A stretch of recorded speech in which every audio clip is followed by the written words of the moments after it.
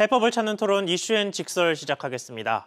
부동산 시장 경착륙 우려가 나오자 정부가 규제를 풀었습니다. LTV 등 부동산 대출 규제를 완화하고 다음 달엔 규제 지역 해제도 예고했는데요. 하지만 금리는 갈수록 높아지고 경기 침체 우려도 나오고 있어서 얼어붙은 부동산 시장을 잘 녹일 수 있을지는 조금 더 지켜봐야 할 것 같습니다. 그러면 부동산 시장이 연착륙할 수 있을지 지금부터 이야기 자세히 나눠보겠습니다.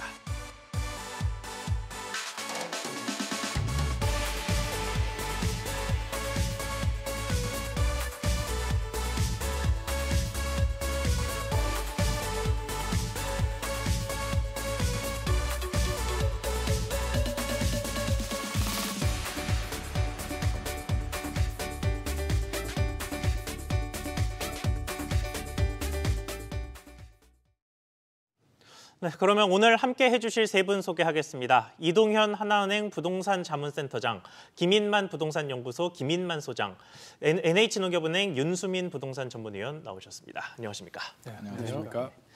네, 먼저 발표된 대책들에 대한 평가부터 진행해 보겠습니다. 11차 비상경제민생회의에서 부동산 대출 규제 완화 방안이 발표가 됐죠. 무주택자와 1주택자에 한해서 15억 원이 넘는 고가 아파트에도 주택담보대출이 허용되고 LTV도 50%까지로 완화되는데요. 자, 이동현 센터장님, 네. 먼저 이번 대책이 적절한 시점에 적절하게 나왔다고 봐야 할까요? 어떻습니까? 네, 일단은 먼저 긍정적이라고 볼 수 있겠고요. 지금 이 앞서서 이런 배경이 있습니다. 올 초, 사실상 올 하반기서부터는 이제 본격적인 아파트 가격, 주택 가격 침체가 이어지지 않습니까? 예, 한국감정원에 있는 주간 아파트 통계를 보면은 매주 지금 매매가 같은 경우는 전국적으로 약 마이너스 0.3%, 서울도 마이너스 0.2%를 넘어섰어요. 예. 그리고 이거는 전세가라도 예외가 아닙니다. 이게 같이 움직이는 경향이 있거든요, 지금은요. 네. 그만큼 지금 주택 시장이 아주 심각한 침체라 이렇게 볼 수 있겠고요. 이러한 영향 속에서는 결국은 이제 여러 가지 상대방적으로 집값이 너무 급락하다 보니까 상대적 상실감 이런 게 지금 상당히 커요, 국민들이요. 예. 그러다 보니까 이게 부동산 시장도 마찬가지로 이게 경착륙되는 그런 우려감을 지금 나타나고 있지 않습니까? 예. 그래서 지금 정부에서도 이런 대책을 내놓은 것 같고요. 매수 심리 지수도 지금 2003년 통계 이후에 최악이라고 합니다. 예. 가장 안 좋은 때라고 하고 이런 것들이 전반적으로 지금 침체 시장의 이제 초기 단계가 아닐까 이런 우려감도 있었기 때문에 이게 너무 과대하게 지금 급락하는 것도 결코 시장이 좋지 않습니다. 예. 국가 경제도 좋은 현상은 아니고 이런 것들이 좀 완만하게 연착륙될 수 있도록 한번 정부에서 대책을 내놓은 것 같고요. 이런 것들인데 다만 이제 지금 이게 시장에 바로 지금 영향을 미치기 어려운 점은 네. 일단 가장 크게 고금리입니다. 그렇죠. 금리가 지금 적당히 높아야 되는데 불과 작년, 재작년에 비하면 어마어마하게 높은 지금 수치가 네. 올라가 있어요. 이게 여러 가지 사정도 다 아시겠지만 그 배경은요. 지금 금리가 이미 주담대 전세 대출 다 할 것 없이 다 지금 7%대를 이미 넘어섰느니 왔다 갔다 하고 있거든요. 그러면 사실상 이전에 비해서 2, 3% 받던 대출 금리를 감안하면 이거 집을 구입하기 쉽지 않습니다. 예. 지금 상황에서. 근데 이런 것들이 지금 정부에서 지금 대출 규제를 풀고 심지어 이제 여러 가지 이제 규제도 푼다고 규제 지역도 푼다는 말이 나왔던 것도 지금 조금이나마 시장에 대해서 이제 좀 이게 연착륙을 대비하지 않나 이런 생각입니다. 알겠습니다. 그러면 김인만 소장님, 네. 그러면 결국은 지금 정부의 규제 해제란 완화적인 움직임과 금리 인상기라는 전반적인 통화 정책의 문제, 이 두 개가 지금 부동산 시장에서 줄다리기를 하는 형국인 것 같거든요. 네네. 그러면 정부가 이번에 내놓은 대책이 이 고금리 상황을 조금 타파하기까지는 힘들겠습니다만 해소하거나 조금 완화시킬 수 있는 정도의 대책이 나왔다고 보십니까? 평가가 어떨까요? 이게 효과 측면에서 본다면 저는 큰 효과는 없을 것 같습니다. 왜 효과가 없냐면 센터장님 말씀하신 것처럼 대출 이자 부담이 1년 전보다 2배에서 한 2.5배 정도 높아진 상황인데 예. 또 집값 상승에 대한 기대감도 꺾였죠. 또 LTV만 풀어준다는 얘기지 DSR 규제는 또 여전히 남아있고 여러 가지 종합해 보면 제가 이 대책 내용이 발표가 되고 주변 사람들한테 물어봤어요. 집 사고 싶냐고. 예. 대출 15억 받아서 15억 이상 되는 집을 사고 싶냐고 하니까 제가 한 5명한테 물어봤는데요. 한 명도 사겠다는 사람이 없었거든요. 저는 지금 현재 시장의 분위기를 이렇게 반영을 하고 있는 것 같은데 예. 국토부 입장에서는 이제 발표를 할 수밖에 없는 상황이 됐겠죠. 한 달 전만 하더라도 제가 볼 때는 굉장히 좀 여유가 있었던 것 같습니다. 국토부 발언 내용을 보면 굉장히 봄 같은 상황, 굉장히 좀 따뜻한 분위기였는데 지금 분위기는 진짜 초겨울 같은 분위기가 느껴지거든요. 우리 지금까지 최근 5년 동안 부동산 규제의 흐름을 보면 서민 무주택자들은 좀 보호를 해주고 고가주택이나 다주택자들은 규제를 강화하는 분위기였는데 이번에 15억을 풀어주겠다라는 시그널은 이제 다급함이죠. 아, 고가 아파트도 풀어줘야 되겠구나. 굉장히 중요한 포인트는 되겠지만 효과 측면에서는 당장 큰 효과는 발휘하기 어려울 것 같습니다. 알겠습니다. 그럼 마지막으로 윤수민 의원님 이 의견도 좀 들어보겠습니다. 이번 정책 어떻게 보셨습니까? 뭐 두 분 말씀하신 것처럼 사실 시기적으로 뭐 적절한 시기라고 생각은 합니다. 일단 가격 하락이 조금 강화되는 시기였기 때문에 조치가 필요했다고 여겨지긴 하는데요. 진짜 9월에 그 정부 발표했을 때 사실 보시면은 아시겠지만 그때는 규제 완화 그런 부분들 정책 완화가 없을 것이다라고 이야기를 했는데 갑자기 한 달 만에 이제 말을 바꿨다는 거는 정부도 좀 급해졌다라는 생각을 하지 않을 수 없게 만드는 부분인 것 같고요. 다소 조금 아쉬운 부분은요. 이런 규제 완화들이 뭐 지금 시장도 상황이 지금 안 좋아지긴 했다고 하지만 사실 조금 더 빨리 나왔으면 어땠을까라는 부분들이 조금 아쉽게 보여지긴 합니다.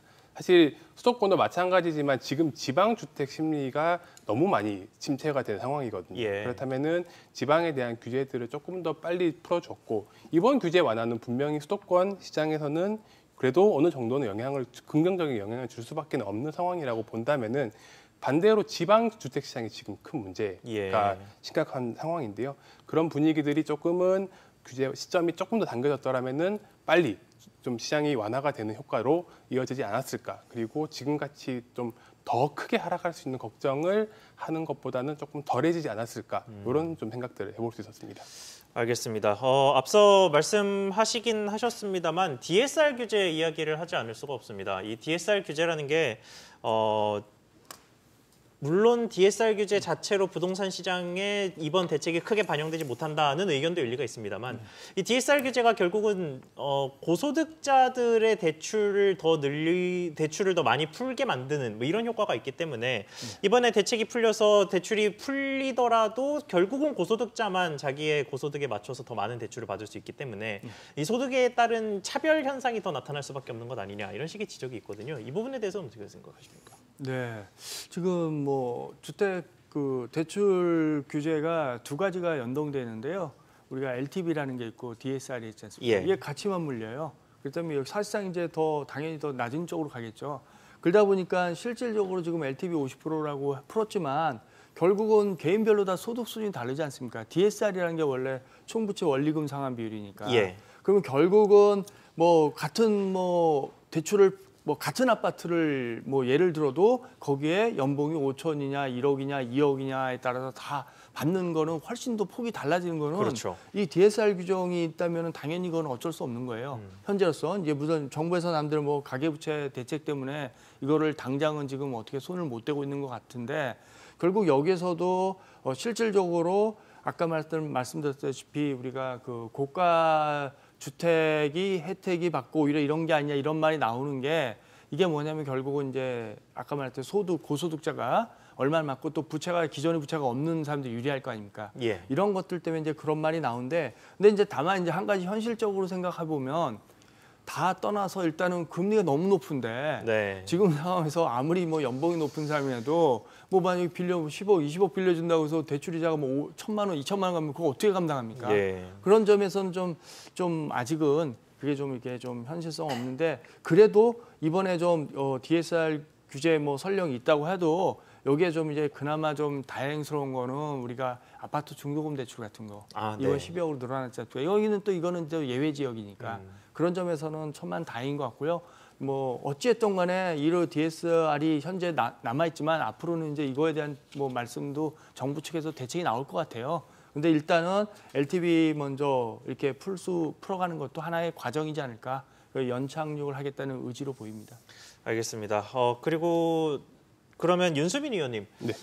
DSR 규제를 조금 더 해소했어야 한다는 의견들도 있는 것 같더라고요. 결국은 DSR이 이번 대책의 효과를 막는 수문장 역할을 하고 있는 것 같거든요. DSR 규제를 푸는 쪽에 대해서는 어떻게 생각하십니까? 사실 지금 주택 가격이 크게 상승했다가 하락하는 시기로 접어들었는데요. 예. 이번 하락하는 시기에서 사실 가계 불안정이 크게 두드러지지 않았던 측면이 있습니다. 예를 들어서 LTV가 많이 높아지고 그리고 DSR마저 완화됐었더라면은 분명히 가계에서 무너지는 가게들이 생길 수 있는 상황이었었거든요. 그런데 DSR 규제라는 측면이 아무래도 신용대출이나 주담대 이런 것들을 전반적으로 다 감안을 하다 보니까 궁극적으로 규제를 강화했던 측면이 있긴 하지만 효과는 지금 같은 하락 시장에서는 확실하게 나오고 있다라고 보여지는 겁니다. 그래서 최소한의 안전장치라고 생각을 하면 어떨까 생각이 됩니다. 물론 LTV, DTI 이런 것들이 다 있었지만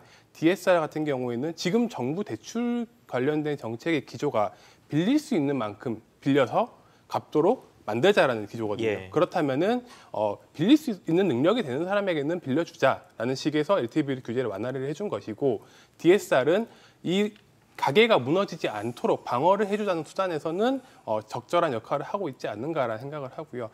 좀 상업용 부동산이랑 한번 비교를 해보고 싶습니다. 상업용 부동산들은 대출이 80%까지도 나오는 경우들이 많았거든요. 그런데 지금 가격이 급격히 하락하기 시작하니까 경매로 넘어가는 물건이 많았습니다. 그렇다면은 법인들은 그리고 개인들 투자했던 개인들은 이거를 지금 사실은 지금 팔 수밖에 없는 상황이 된 건데 부실이 난 거죠. 그런데 가계에서는 아직까지 그렇게 심한 상황이 나타나지 않고 있거든요. 이거는 분명히 DSR 규제의 순기능이 분명히 있다라고 판단할 그런 요인이라고 생각을 합니다. 알겠습니다. 자, 그러면 앞으로 이야기를 좀 해보겠습니다. 정부는 11월에 규제 지역을 추가로 해제하겠다고 예고한 상태죠. 자, 그러면 규제 지역이 거의 수도권만 남아있는 상황에서 수도권 외곽 지역만 풀 것이냐 아니면 서울 안으로 들어가게 될 것이냐 이 부분이 지금 가장 큰 관심사로 모이고 있는데 김인만 소장님, 서울도 풀까요? 어떻게 보십니까? 이게 가장 우리가 키포인트죠. 관전 포인트라고 할 수는 있을 것 같은데요. 현재 세종시 빼고 이제 서울 수도권 지역만 남아 있는데 세종시 당연히 풀릴 것 같고요. 수도권 지역들도 인천, 의정부, 김포 이런 지역들 당연히 풀릴 것 같은데 이제 서울이거든요.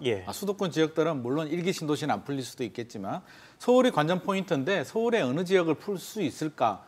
안 풀리면은 제가 볼 때는 심리적으로 크게 영향을 안 받을 것 같고요. 이전하고 비슷하네. 조금씩 이렇게 푸는구나 정도 생각을 할 것 같고요. 서울이 풀리는데 강남은 절대 안 풀릴 것 같고요. 강남 3구나 마용성은 절대 안 풀어줄 것 같고 풀어준다면 아마 최근에 굉장히 약세를 보이는 노도강 지역들이 조정 대상 지역 해제로 되면은 저는 시장에서는 좀 긍정의 시그널로 받아들일 것 같고 그게 아니고 지금 또 조정 대상 지역만 있는 게 아니라 투기 과열지구, 투기 지역 있잖아요. 그래서 투기 지역만 해제를 한다. 서울은 그 정도만 한 단계 된다면 낮춘다. 한 단계 낮추는 정도만 한다면 저는 크게 영향을 주지 않을 것 같습니다. 그래서 서울의 노도강 정도가 조정 대상 지역까지 풀리느냐가 지금 가장 중요한 포인트가 될 것 같습니다. 알겠습니다. 이동현 센터장님 의견은 어떠십니까? 말씀하신 대로 지금 전국적으로 지금 다 사실상 규제는 풀렸다고 보고 있는데 세종시가 조정 대상으로 아직 남아 있고요. 세종시도 급락하는 지역이죠. 그것마저 이제 풀 가능성이 있고요.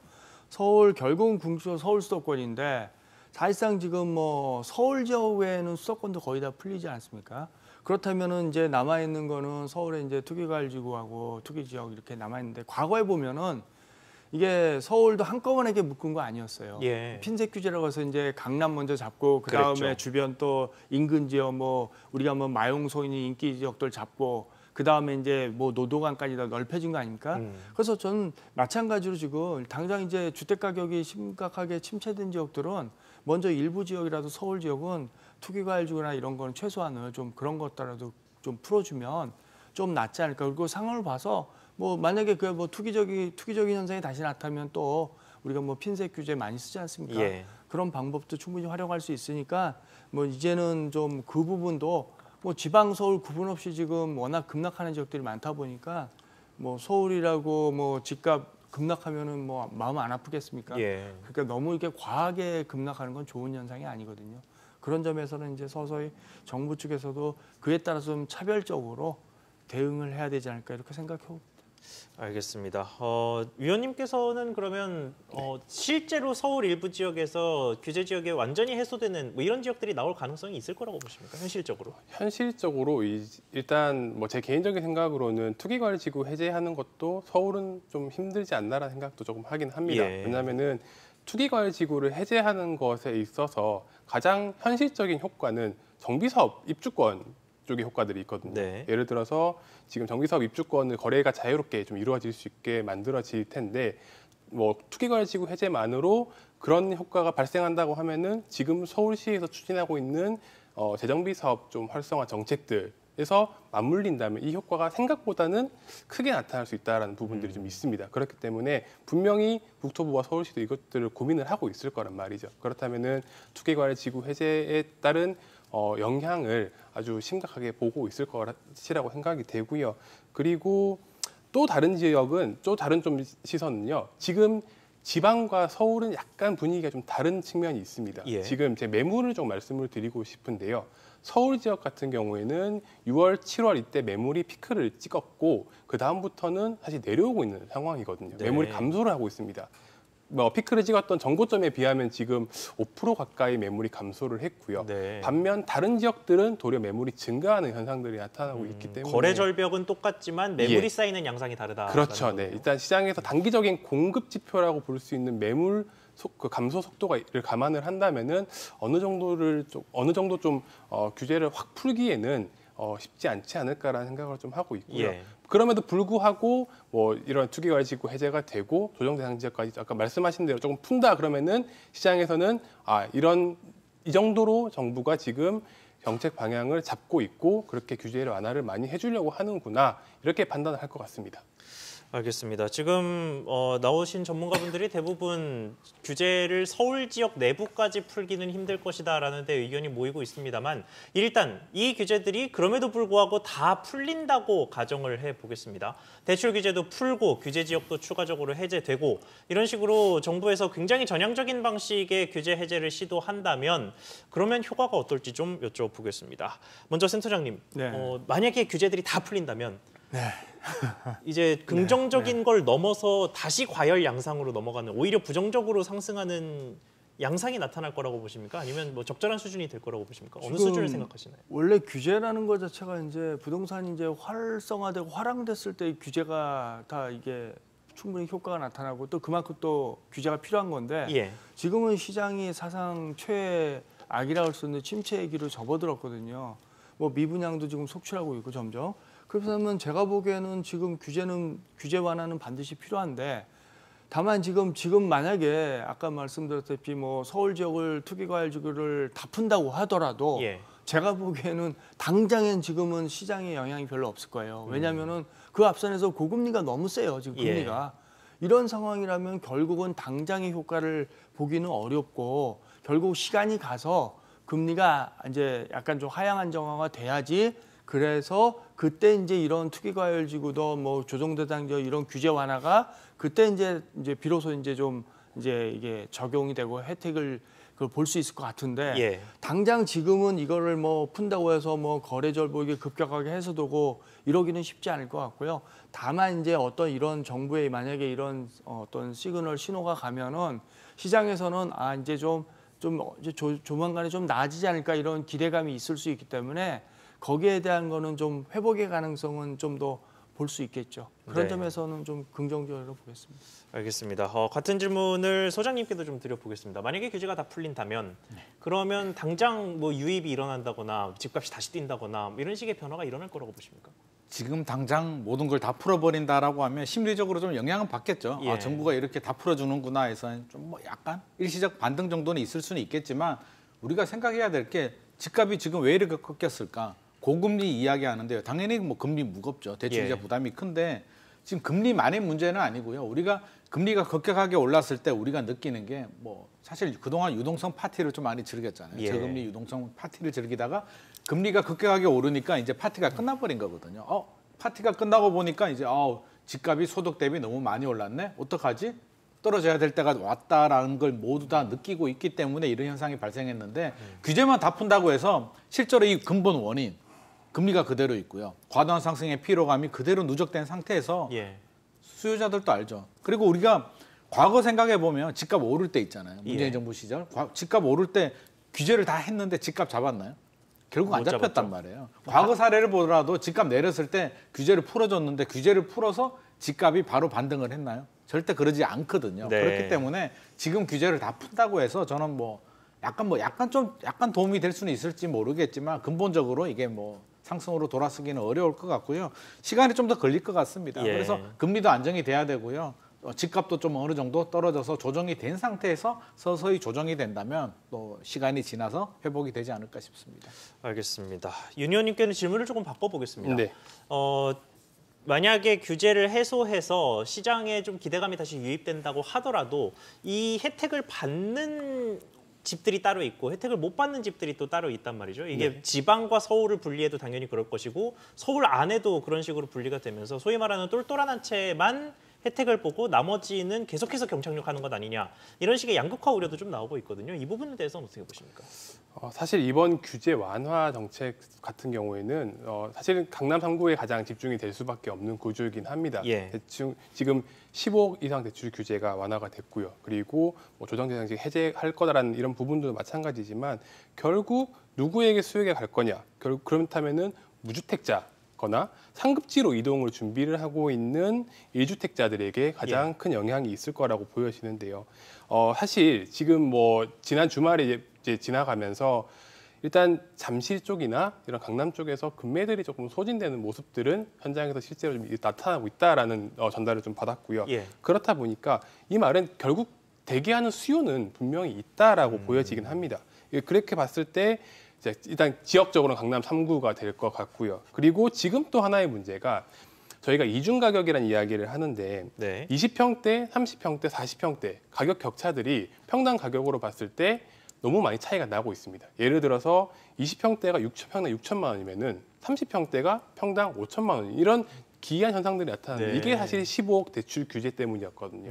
15억이 넘어가면은 대출을 못 받기 때문에 가격이 도리어 좀 낮게 책정이 되는 현상들이 있었습니다. 그렇다면은 지금 이 규제 완화로 통해서 20평대보다 30평대에서 조금 더 부각이 될 수밖에 없고요. 네. 30평대보다는 40평대에서 또 부각이 될 거고 지역적으로 15억 대출 규제에서 걸렸던 지역들은 조금 완화가 될 겁니다. 그러면은 일단 강남 3구가 혜택이 되고 대형 평수가 혜택이 오고 그렇다 보면은 사람들이 인식하기에는 똘똘한 한 채구나라고밖에 사실 인식이 될 수밖에 없다라고 보여지기는 하는데요. 예. 그런 측면에서는 사실 양극화라고까지 말하기는 조금 힘들 것 같고요. 그동안 이런 시장의 교란 같은 것들이 좀 발생했던 것들이 해소되는 과정이 좀 이제 생기는 시기가 될 것이다. 이렇게 판단을 하면 어떨까 생각합니다.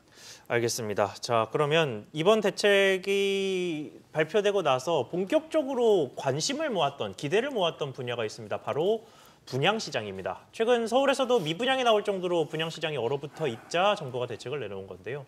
아파트를 분양받을 때 중도금 대출이 가능한 분양가, 이게 9억 원 선에서 잘려 있었는데 이 액수가 12억 원으로 높아지고 또 청약 당첨자가 기존 주택을 처분해야 하는 기간도 6개월에서 2년으로 대폭 상향이 됐습니다. 이게 벌써부터 분양시장을 주목하자는 이야기가 나오고 건설사들의 무이자 대출을 거론하는 사람들도 좀 있는 것 같은데요. 그러면 먼저 센터장님, 네. 이 분양시장이 앞서 중도금 네. 대출 이야기를 잠깐 하셔서 네, 먼저 여쭤보는 건데 분양시장이 본격적으로 영향을 좀 받을까요? 네, 분양시장에는 긍정적인 신호가 될 것 같아요. 특히 다른 기존 재고주택보다는 말씀 다 우리가 알다시피 분양시장에서는 9억 원이라는 걸로 제한이 됐었는데 예. 특히 서울 지역, 수도권 지역, 그다음에 주요 지방도 물론 그럴 수도 있겠지만 특히 서울 수도권, 서울권 같은 경우는 9억 원 이하라는 게 현실성이 많이 떨어졌거든요. 네. 사실상 이거는 내 돈을 가지고 이제 집을 분양받으라는 소리이기 때문에 그렇죠. 분양시장에서는 아주 좀 그 영향이 컸어요. 서울의 평균 가격이 얼마 전 통계만 해도 12억 원을 이미 넘어섰다고 보니까 네. 그렇다면 현실성이 좀 없는 거고 그런 점에서 봤을 때는 결국 무주택자도 내가 그러면 아파트를 분양받는데 분양받는 걸 내가 그러면 어떻게 내 돈으로 다 하냐 이런 마인드가 있었기 때문에 예. 시장이 얼어붙는 걸 더 가속화시켰다고 보면은 이번에 12억 원 마음 같아서는 저는 15억 원에도 저는 충분히 보다고 보는데 어쨌든 12억 원만 됐어도 서울의 평균가에 이제 근접하니까 예. 그렇다면은 적어도 중소주택 규모는 국민주택 규모나 이런 건 충분히 이게 해소가 될 수 있는 시장이 될 수 있기 때문에 분양 시장이라든지 뭐 건설사 입장에서도 좀 이게 그나마 좀 이렇게 좀 활성화가 될 수 있는 계기는 되지 않을까. 기존보다는 물론 갑자기 뭐 지금 고금리 시대에 뭐 여러 가지 주택 시장이 침체됐는데 과거처럼 뭐 어마어마하게 이렇게 막 난리 날 정도 그렇게 되기는 쉽지 않고요. 그래도 이런 시장이 이렇게 왔다는 거는 적어도 내 집 마련할 그런 실수요자들, 그런 갈아타기 수요자 중에 분양받을 사람들 입장에서는 이런 것들 자체로 원천 봉쇄되는 것보다는 충분히 그런 기회가 살릴 수 있다는 점에서는 저는 이번에 좀 긍정적으로 보고 있습니다. 알겠습니다. 수요 측면에서 이야기를 주로 해주셨는데 소장님, 이게 사실 처음에 9억 원 대출, 중도금 대출 금지가 나왔을 때 무슨 재건축 사업장은 전평형이 9억 원이 넘어서 뭐 대출이 안 나온다, 뭐 무슨 사업장은 뭐 30평대는 안 나오고 20평대만 가능하다, 이런 식으로 이제 9억 원 선을 그어보는 사업장들이 정말 많았어요. 네네. 그래서 사업을 접는 경우도 있었고요. 그러다가 이번에 규제가 해소가 되면서 시기를 미루던 재건축 사업들이 속속 이제 분양을 할 것이다, 사업을 진행할 것이다, 이런 식의 이야기들이 나오고 있거든요. 그럼 이게 전반적으로 그 공급이 가장 말라있던 유망한 지역에 부동산 공급을 늘리는 효과도 있을 거라고 보십니까? 일정 부분 영향은 있겠죠. 이게 사실 굉장히 좀 타이트하고요, 무거운 규제거든요. 이게 분양시장을 보자면 분양시장은 투기 세력이 들어올 수 없는 시장입니다. 무주택자들이 당첨되는 그 시장이기 때문에 철저한 실수요자 시장인데도 불구하고 저는 과도한 규제가 좀 들어가지 않았나. 집 하나 무주택자들이 당첨이 됐는데 9억 원 넘어가면 대출이 안 나오면 자기 돈으로 하라는 건가. 서울에서 뭐 지방 같은 경우는 뭐 그렇지는 않겠지만 서울 수도권에서 요즘 어지간하면 다 9억 원이 넘는데 당첨 받지 말라는 얘기밖에 안 되기 때문에 저는 진작이 됐어야 되는데 이번에 좀 약한 부분이 있고요. 센터장님 말씀하신 것처럼 15억 정도는 충분히 해줬어야 되는데 저는 12억도 좀 약하다는 생각이 들고, 처분 조건부 있었잖아요. 6개월 내에 기존 집을 팔아야 되는데 제가 어제도 이제 그 입주 체크하러 갔다가 이제 시장 모니터링을 하러 갔는데요. 거기서 만난 분이 그 말씀을 하시더라고요. 자기도 6개월에 걸려서 굉장히 마음고생을 많이 했는데 2년으로 늘어나서 겨우 한숨 돌렸다라는 말씀을 하는데 사실 2년 또 저는 이거 폐지해야 된다고 보여지거든요. 아니 실수요자가 집 하나 사가지고 또 기존에 집 안에 있는 사람이 갈아타기 위해서 했는데 요즘 분위기에 팔리지도 않잖아요. 팔리지도 않고 이렇게 무리하게 집을 내놓게 되면 가격 하락을 부추기는 그런 부작용도 나오기 때문에 저는 이렇게 필요한 규제들, 실수요자한테도 과도하게 적용된 규제들은 좀 과감하게 좀 폐지를 해야 되지 않나 싶습니다. 알겠습니다. 위원님 의견은 좀 어떠십니까? 분양시장이 좀 살아날 거라고 보십니까? 일단 지금 분양시장의 특성을 좀 봐야 될 것 같습니다. 지금 분양시장 특성 자체가 되는 단지들을, 그리고 뭐 분양가 상한제가 적용됐다거나 공공 관련된 그런 청약시장들 같은 경우에는 분위기가 사실 크게 나쁘지 않다라고 보여지고, 물론 미분양이 속출하고 있는 단지들도 있지만 조금 그렇게 가격이 싸다라고 생각되는, 경쟁력이 있다라고 판단되는 곳에서는 분명히 청약 경쟁력이 나오고 있거든요. 그렇다면은 이번 규제 완화 정책도 마찬가지일 거라고 생각을 하는데요. 이런 옥석 가리기 현상들이 조금 더 심해질 수 있다. 그러니까 수요자들이 판단하기에도 좋은 단지와 좋지 않은 단지들을 좀 구분을 했을 때 좋은 단지에 대한 그런 청약 경쟁률은 훨씬 더 높아질 거고요. 그렇지 않은 곳에서는 계속해서 침체로 갈 수밖에 없는 상황이기 때문에, 그러니까 금리 부담을 감당할 가치가 있느냐 없느냐를 따져보게 될 거죠. 그렇죠. 똑같이 대출 규제가 대출을 규제를 완화해 준 측면도 있기 때문에 결국 금리가 들어갈 수밖에 없거든요. 그러면은 내가 이 비용을 투입해서라도 가고 싶은 단지냐, 그렇지 않은 단지냐에 대한 그런 구분들을 확실하게 가져갈 가능성이 크다라고 보여지고요. 뭐 또 다른 측면 중에 하나는 아까 말씀하신 것처럼 실수요자들이 이제 청약을 많이 이제 기대를 하는데 일정 부분은 1주택자들이 청약으로 갈아타기가 가능해진 시장으로 조금은 바뀌었다라고 생각을 하기 때문에 조금 청약 시장에 들어올 수 있는 사람들에게 저변을 넓혀주는 효과는, 특히 규제 완화 효과는 좀 나타나지 않을까, 이렇게 판단을 하고 있습니다. 알겠습니다. 이 이야기를 하는 대표적인 사례가 한 군데 있습니다. 내년 초에 단군 이래 최대 규모의 재건축이라는 둔촌주공 이야기인데요. 내년 초에 일반 분양이 진행될 예정이어서 특히 관심이 많은데 애초에는 3.3제곱미터당 일반 분양가가 3,700만 원 정도로 전망이 돼서 계산을 해보면 전용 59제곱미터 그러니까 20평형대 이상은 모두 분양가가 9억 원을 초과하기 때문에 중도금 대출 못 받는 단지로 유명했습니다만 이번에 규제가 풀리게 돼서 특히 좀 관심을 모으고 있습니다. 먼저 이동현 센터장님, 네. 그러면 둔촌주공 재건축이 흥하게 될까요? 그건 정말 뭐 쉬운 말씀드리기는 곤란하지만 예. 어쨌든 간에 지금 뭐 이 9억 원에서 12억 원으로 이제 중도금 대출이 늘어났던 것 자체는 둔촌주공 입장에서는 그나마 천만다행일 볼 수 있겠습니다. 예. 어차피 일반 분양이 또 잘 돼야 그리고 시장의 기존의 조합원들도 지금 영향을 당연히 받을 수밖에 없고요. 분위기를 네. 타니까.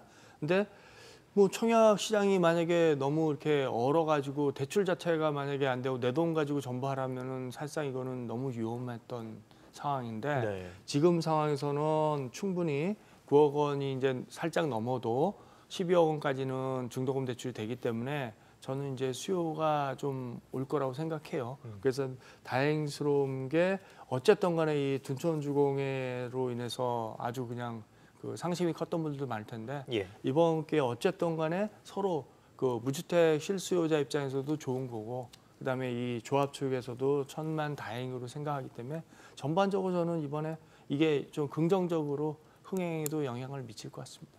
알겠습니다. 이 둔촌주공이 특히 세대수가 워낙에 많아서 이 세대수를 대출 규제 속에서 과연 감당해낼 수 있을 것이냐, 뭐 집이 빚고 미분양이 속출하는 것 아니냐, 그게 결국은 주변 시장까지 영향을 미치게 되는 것 아니냐, 이 부분이 좀 우려되는 부분이었는데 위원님, 이 부분이 좀 해소됐다고 봐야 될까요? 윤수민 의원님께 여쭙겠습니다.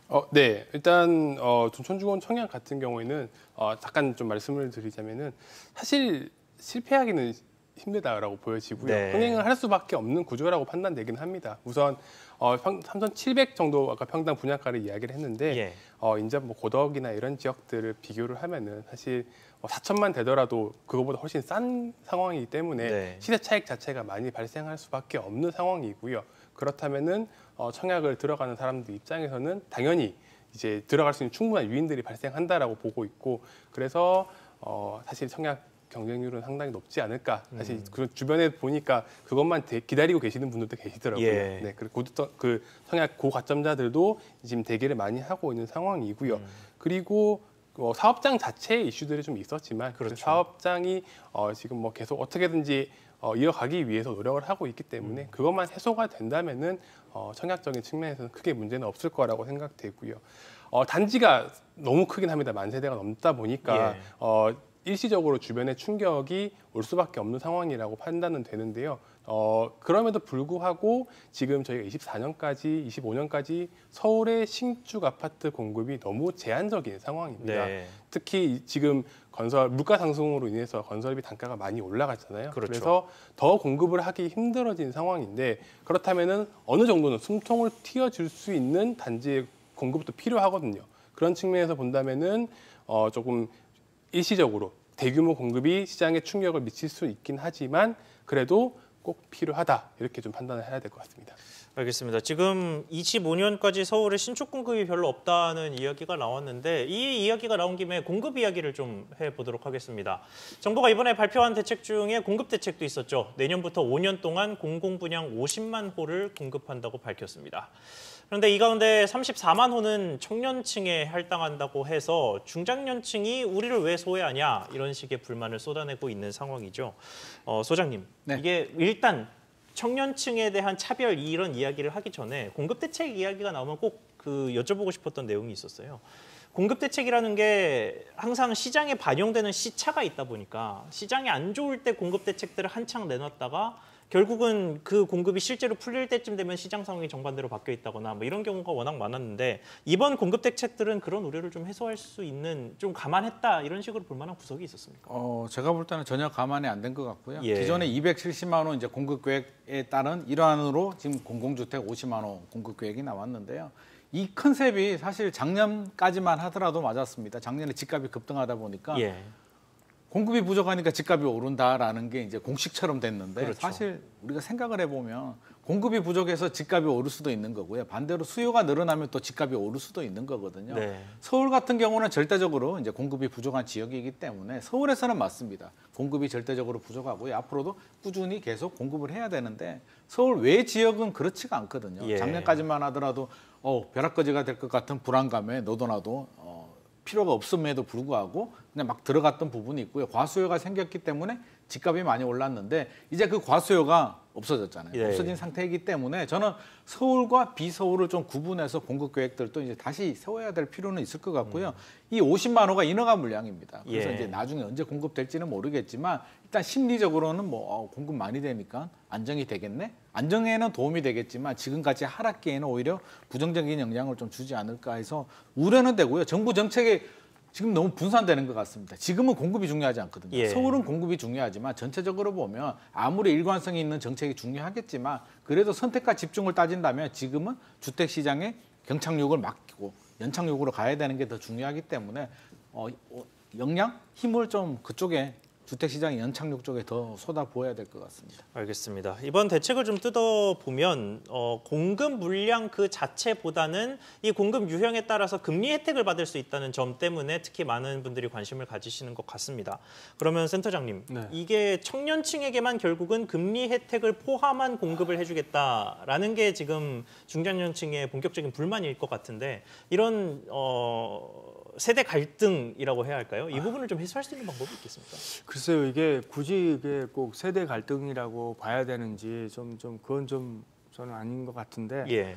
여하튼간에 지금 결국은 이 청년층들이 실질적으로 내 집 마련하는 게 상당히 어려운 그 세대층이고 또 사실상은 경제활동의 주력인데 어쨌든 간에 지금 여러 가지 집값 상승에 대한 부담감 때문에 지금 이런 공공에 대한 청년에 대한 더 많은 배려가 지금 있지 않습니까? 정부에서도요. 그런 건 저는 충분히 있을 수 있고 그래야 된다고 보고요. 다만 이제 앞서 말씀드린 청년층에도 당연히 이제 이런 저금리나 이런 거를 좀 반영시켜 준 거 아닙니까 이게? 예. 그러다 보니까 상대적으로 뭐 중장년층이 우리는 왜 비싼 금리 내고 이렇게 쓰느냐 아니면 우리는 왜 그런 공급의 혜택이 없냐 이런 게 나온다는 말이잖아요. 예. 근데 이거는 길게 보면 결국은 청년 세대가 어쨌든 안정적으로 가는 게 경제의 주체적인 활동도 해야 되고 필요한 거고요. 또 다만 이제 한 가지 이제 청년이니 중장년층이니 이런 거에 구분을 떠나서 또 예. 그 밖에 또 사회적 약자들이 많이 있지 않습니까? 예. 중장년층이라고 사회적 약자가 없는 거니까 그런 분야에 대한 거는 또 다른 배려는 분명히 있어야 될 것 같아요. 그래서 청년층이 무조건 청년층이라도 정말 중장년층이 아니라 엄청나게 잘 사는 청년층도 있을 거고 워낙 물론 다 그런 걸 충분히 검토하겠죠. 소득 수준이 다양한 걸 검토하겠지만 그런 걸 좀 더 철저하게 해서 이게 충분히 혜택을 받을 수 있는 청년층에는 더 가야 되고 또 반면에 또 아까 말했듯이 그 외에도 사회적 약자층이 분명히 많은데 예. 거기에 대한 것도 좀 더 꼼꼼하게 해서 좀 더 챙겼으면 하는 마음입니다. 알겠습니다. 윤 의원님은 이번 그 청년 중심의 공급 대책을 어떻게 보셨습니까? 사실 지난 부동산 시장이 좋았던 시기에 청년들이 청약 시장에서는 좀 소외가 되었다 이런 이야기들이 좀 있었거든요. 예. 예를 들어 가점을 모을 수가 없는 구조라던가 가족 구성을 하지 않으면은 사실 가점을 쌓을 수가 없는 구조였기 때문에 네. 청년은 가점에서 이길 수가 없다. 그래서 조금 더 한편으로 약자의 취급을 받았었어요. 네. 그렇다 보니까 이런 것들을 좀 보완하기 위해서 나온 대책이 아닌가라는 생각이 되고요. 그렇다면은 분명 이런 정책에서는 수혜를 받는 사람이 있으면은 수혜를 상대적으로 못 받는 사람이 있을 수밖에 없는 상황이긴 합니다. 그렇죠. 사실 그런 부분들을 좀 감안을 했을 때 전에는 네가 좋았으니까 이번에는 내가 좋자 이런 이야기는 아니고요. 조금 더 그런 이 과정 자체가 합의점을 찾아가는 과정이라고 판단하는 것이 맞지 않나라고 생각이 되고요. 그리고 정책적인 측면에서는 조금 더 소득 이게 공공주택이다 보니 공공분양이다 보니까. 예. 분명히 소득과 자산 기준이 들어가게 됩니다. 저희 신혼부부 같은 경우에는 소득과 자산 기준이 아주 촘촘하게 들어가 있거든요. 그런 것들처럼 그러다 보니까 그거에 대한 반발이 크지 않아요. 그런 만큼 청년에 대한 그런 기준들도 조금 더 명확하고 촘촘하게 들어간다면은 중장년층에서도 이거를 이런 사람들에게는 이런 좀 사회적 약자들에게는 배려를 할 수 있다라는 사회적인 인식이 만들어질 것 같습니다. 그래서 얼마나 촘촘하게 그 구멍을 짜는가가 중요할 것 같습니다. 알겠습니다. 자, 그러면 마지막으로 가장 중요한 질문을 좀 해보겠습니다. 저희가 지금 부동산 이야기를 한다고 했는데 부동산 얘기와 금리 이야기가 거의 비슷한 비중으로 나왔던 것 같아요. 네네. 그러면 지금 뭐 연말에 7%를 넘어서 8%, 9%까지 갈 수도 있다는 주택담보대출 금리를 감당하고서라도 집을 사거나 혹은 이미 연끌을 해서 집을 산 사람들이 버티는 게 나을지 아니면 대출을 먼저 해소하는 게 나을지 조언을 한 말씀 좀 부탁드리겠습니다. 금리가 멈추면 좋을 것 같은데요. 지금 아마 4% 금리는 이제 못 찾을 것 같습니다. 최소 5%고요. 7%까지 가고 있는데 이게 내년에도 지속될 가능성이 굉장히 높습니다. 네. 그래서 일단 주택을 구입하신 분들은요. 이제 뭐 1년, 2년 정도밖에 되지 않았는데 지금 판다고 해서 쉽게 팔리지도 않고요. 어설프게 팔면 자산 손실이 발생하기 때문에 저는 일단 버티는 전략이 필요하긴 한데 이게 금리에 대해서는 저는 정부와 금융 당국들도 좀 정책적인 지원이 필요할 것 같습니다. 네. 생애 최초로 주택 구입하신 분들, 2030들 이런 분들에 대해서는 저는 금리를 좀 낮추는 안심전환 대출이 있는데 문턱이 너무 높거든요. 그렇죠. 그래서 좀 이분들이 잘 넘어갈 수 있도록 이 어려운 시기가 투기가 아니잖아요. 잘 넘어갈 수 있도록 그런 정책적인 지원이 좀 필요할 것 같고요. 집을 살려는 분들, 사려고 하시는 분들은 저는 조금 기다렸다가 금리 인상 멈추는 거 확인하고 여러 가지 시장 상황 보고 고점 대비 한 20% 이상 조정되는 물건이 있다면 필요한 실수요자라면 확인하고 들어가도 늦지 않을 것 같습니다. 지금은 일단 좀 지켜봐야 될 것 같습니다. 네, 알겠습니다. 고금리가 언제까지 갈지 좀 모두가 눈여겨보고 있는 시국입니다.